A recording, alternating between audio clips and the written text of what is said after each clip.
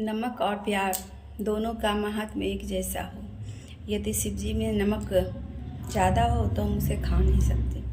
यदि सब्जी में नमक नहीं हो तो वो बेस्वाद लगता है, तब भी हम उसे खा नहीं सकते। इसी तरह प्रेम है। यदि हम किसी से बहुत ज़्यादा प्रेम करते हैं तो वो हमारे प्रेम को नहीं समझता, वो हमारी अहमियत को नहीं समझता, वैल्यू नहीं देता। यदि हम किसी से कम प्रेम करते हैं तो ज़िंदगी बेरंग लगती है, फीका फीका लगता है कुछ है ही नहीं ज़िंदगी में। तो इसी तरह से न ज़्यादा न कम, जो जब जिसकी जितनी ज़रूरत हो उतनी ही अच्छी लगती है। धन्यवाद। एक औरत अपने गार्डन में टहल रही थी। तभी एक 10 साल का बच्चा आता है, बोलता है, मैडम जी मैं आपका गार्डन साफ़ कर दूं? औरत बोली, नहीं, मुझे साफ़ नहीं करवाना। बच्चा बोला, मैडम जी साफ़ करवा लीजिए, मैं बहुत अच्छे से साफ़ करूँगा और आप मुझे सिर्फ खाना दे देना। मैडम औरत ने सोचा कि चलो अच्छी बात है, पैसे भी नहीं मांग रहा है, सिर्फ खाना मांग रहा है, हो सकता है ये भूखा हो। तो फिर औरत बोली, ठीक है साफ़ कर दो, लेकिन उससे पहले खाना खा लो। तो बच्चा बोला, नहीं नहीं मैडम जी, मैं पहले साफ़ करूँगा उसके बाद खाऊँगा। तो औरत बोली, ठीक है।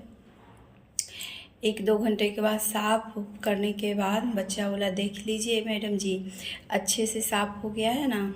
तो औरत बोली, हाँ तुमने तो बहुत अच्छे से साफ़ किया, ठीक है बैठो, मैं तुम्हें यहाँ खाना दे देती हूँ और अगर कम पड़े तो फिर मांगना। बच्चा बोला, नहीं मैडम जी, जेब से एक थैली निकाला, उसमें खाना मांगने लगा, आप मुझे इसमें खाना दे दीजिए। औरत बोली, क्यों, इसमें खाना क्यों, यहीं पे क्यों नहीं तुम बैठ के खाना खाते हो? तब बच्चा बोला, नहीं मैडम जी, मेरे घर में मेरी एक बहन है जो बहुत छोटी है, वो भूखी है, मैं उसके लिए खाना ले जाऊंगा। ये सुन के उस औरत की आंखों से आंसू बहने लगे और उसने उसे खाने थैली में दे दिया। एक साधु था जो हमेशा श्री कृष्ण का नाम जपते रहता था, हरे कृष्णा बोल, श्री कृष्ण का पक्का भक्त था। तो एक दिन वो रास्ते से इसी तरह बजाते हुए और भगवान का ध्यान करते हुए, गाते बजाते हुए जा रहा था।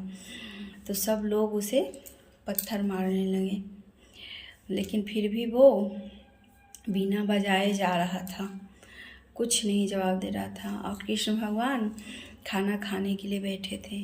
तभी उनकी पत्नी बोली कि स्वामी आप बैठे हैं, खाना क्यों नहीं खा रहे हैं? तो बोले कि मैं अभी आता हूँ, और ये बोलकर कृष्ण भगवान दौड़े दौड़े चले गए। कुछ देर के बाद चुपचाप कृष्ण भगवान आके बैठे। तो उनकी पत्नी ने पूछा, स्वामी आप तो गए थे दौड़ के, ऐसे उदास क्यों लौट के आ गए? तो उन्होंने कहा, मेरा एक भक्त जा रहा था यहाँ से, मेरा नाम जपते हुए, मुझे पुकारते हुए, और लोग उसे पत्थर मार रहे थे, तो मैं उसकी मदद के लिए दौड़ा कि मैं उसकी सहायता करूँगा, मदद करूँगा।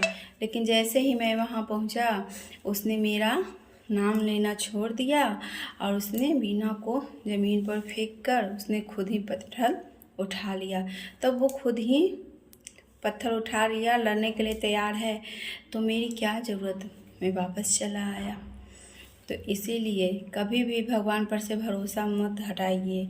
अगर भगवान का नाम लेते हैं, उनका ध्यान करते हैं, तो सबसे पहले उन पे भरोसा कीजिए कि वो आपके हर सुख दुख संकट में वो आपके साथ हैं, वो आपकी रक्षा करने ज़रूर आएंगे। कभी भी उन पर से अपना भरोसा हटने मत दीजिए, उनका नाम को मत छोड़िए, उनका नाम हमेशा जपते रहिए। जय श्री कृष्ण। हम सफ़र गरीब चुनिए जो कि आपको प्यार से रखे, आपका इज्जत करे, सम्मान करे, 2 वक्त की रोटी ही हंसकर मुस्कुराते हुए खिलाए।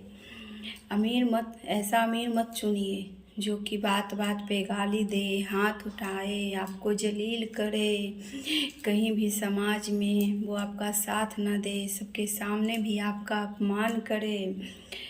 क्योंकि गरीब रहेगा और उसके पास प्यार है, खुशी है, तो आप अपनी ज़िंदगी पूरी अच्छे से हंसते हंसते गुजार सकते हो। लेकिन कोई ऐसा अमीर रहेगा जो आपको बात बात पे जलील करेगा, तो आपके पास चाहे कितना भी पैसा क्यों ना हो, आपको खुशी नहीं मिलेगी, आप हमेशा दुख में ही रहोगे।